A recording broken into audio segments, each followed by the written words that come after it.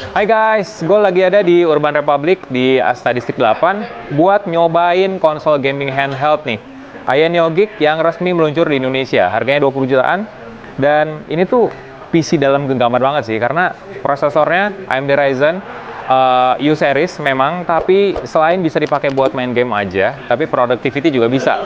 Buat kreator konten, buat kerja, disambungin ke monitor, bisa banget. Kita cobain yuk.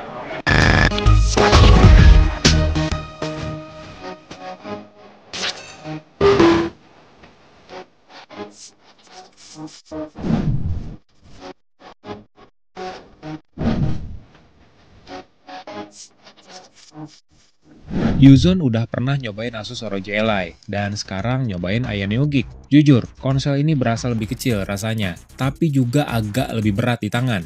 Di atas kertas, bobotnya 680 gram buat Ayaneo Geek, sementara Asus ROG Ally itu beratnya 608 gram aja. Di bagian depan, layar sentuh seluas 7 inci dikelilingi sama bezel ramping dan diapit oleh dua controller yang sebenarnya sangat sederhana.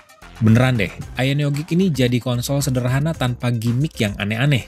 Semuanya, mulai dari D-pad, analog, trigger, dan tombol-tombol pendukung, diberikan warna hitam matte. Layout D-pad di konsol ini sebenarnya mirip sama kontrol Xbox, ABXY, kalian tau lah ya. Tapi Ayaneo nggak kasih warna yang berbeda di setiap tombolnya, semuanya dikasih warna hitam, jadi agak nyaru sebenarnya.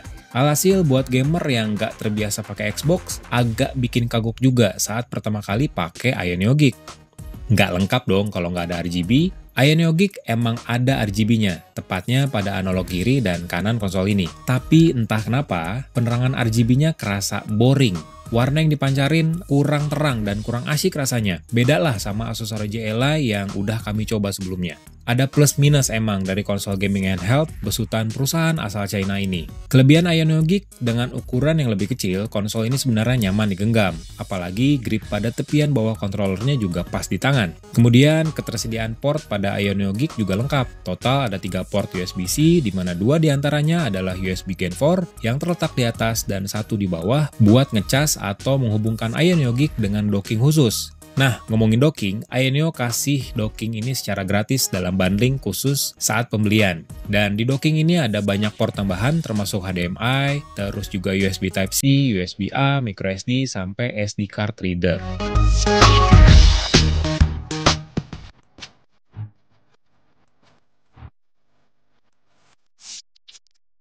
Kekurangan dari desain Ayaneo Geek ya warna yang dibuat senada untuk semua sektornya. Baik buat body sampai tombol, warnanya dibikin sama. Kemudian nggak ada trigger tambahan di bagian bawah konsol, nggak seperti Asus ROG Ally.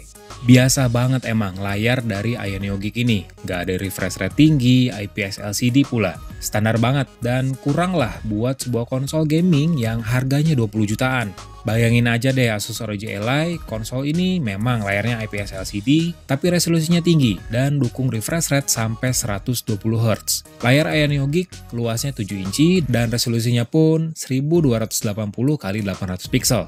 Gak ada dukungan refresh rate tinggi, standar 60 Hz aja. Secara visual pastinya sih agak kurang ya, terlebih layar 7 inci itu emang terbilang besar dan cocoknya emang disandingin sama resolusi yang tinggi. Gua coba main game AAA yang udah tersedia di sini kayak GTA 5, Assassin's Creed 4, NBA 2K, sampai NFS Hit. Ya, secara tampilan emang smooth, ditampilin di 60 fps. Tapi warna sama detailnya agak kurang sebenarnya. Tekstur pada game kurang terlihat dengan baik di game ini, dan warnanya pun nggak segonjreng laptop gaming atau bahkan Asus ROG Ally sekalipun. Layar yang biasa aja untungnya didukung sama speaker yang impresif. Jujur, Ayaneo Geek punya speaker yang mantul dan nggak pecah, walau kami set di volume tinggi sampai 100%.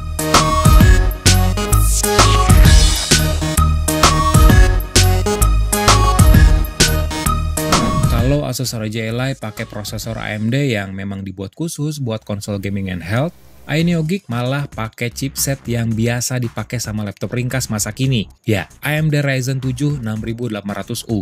Di Indonesia ada beberapa laptop yang pakai prosesor ini, kayak Asus ZenBook S13 OLED, Asus VivoBook 14X, Acer Swift Edge, Lenovo Yoga 7, dan lain sebagainya. Nah, AMD Ryzen 7 6800U ini pakai arsitektur 6 nanometer, TSMC dengan 8 core dan 16 thread. Base clock-nya mencapai 2,7 GHz, tapi buat max boost-nya sanggup sampai 4,7 GHz. Chipset ini dipaduin sama RAM 16GB LPDDR5 sama memori penyimpanan 512 GB berjenis SSD PCIe Gen 3. Nah, kalau kata perwakilan Era Jaya nih, pengguna sebenarnya bisa upgrade ruang penyimpanan Ayaneo Geek sampai 8 TB pakai slot SSD yang udah disediakan.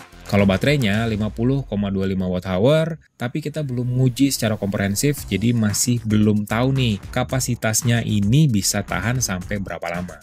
Ayaneo Geek sama nih kayak Asus ROG Ally. Sistem operasinya pakai Windows 11. Launcher khususnya namanya Aya Space. Tapi satu kata deh buat OS Ayaneo Geek ini, labil.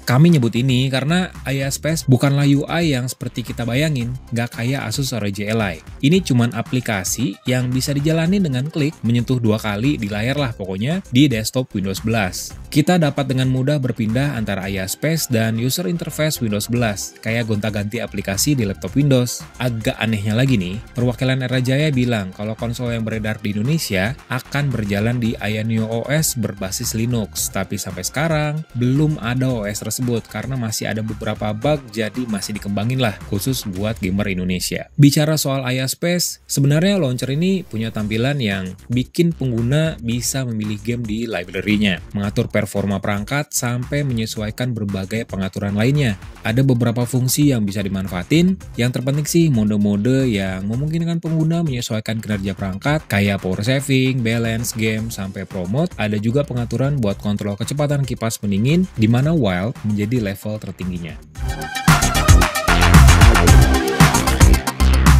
Jujur nih, lagi-lagi kita dibikin terkesan sama konsol gaming handheld. Kebebasan main game PC dengan grafis AAA di mana saja dan kapan aja emang jadi fitur utama dari konsol jenis ini. Tak terkecuali Ayaneo Geek. Nggak perlu berat-berat bawa laptop gaming, tinggal nyalain konsol dan mainin game yang sudah kalian download. Pengalaman game juga terasa maksimal karena kita nggak nemuin permasalahan apapun saat pakai Ayaneo Geek. Kayak kesalahan remapping kontrol, gameplay yang glitch, ataupun penurunan performa karena tidak dihubungkan pada adapter pengisian daya, nggak kita temuin selama pakai singkat Ayaneo Geek ini. Yang bikin terkesan lainnya, haptic feedback di controller ini yang bikin experience gaming makin oke. Ditembak musuh, mobil tabrakan, dan interaksi game lainnya bakal nimbulin efek getaran yang langsung bisa dirasain sama tangan kita. Cuman emang ada beberapa kekurangan yang harusnya bisa diantisipasi sama Ayaneo pada konsol generasi berikutnya. Concern kita sih layar ya, karena resolusi biasa dan nggak ada refresh rate itu beneran bikin pengalaman visual agak berkurang. So gitu aja, hands-on singkat, review singkat dari Ayaneo Geek yang udah beredar resmi di Indonesia. Like video ini, kasih komen, share juga jangan lupa, subscribe channel Uzone, dan nyalain loncengnya biar tahu informasi terkini dari dunia gadget, otomotif, sampai games di Indonesia. Bye!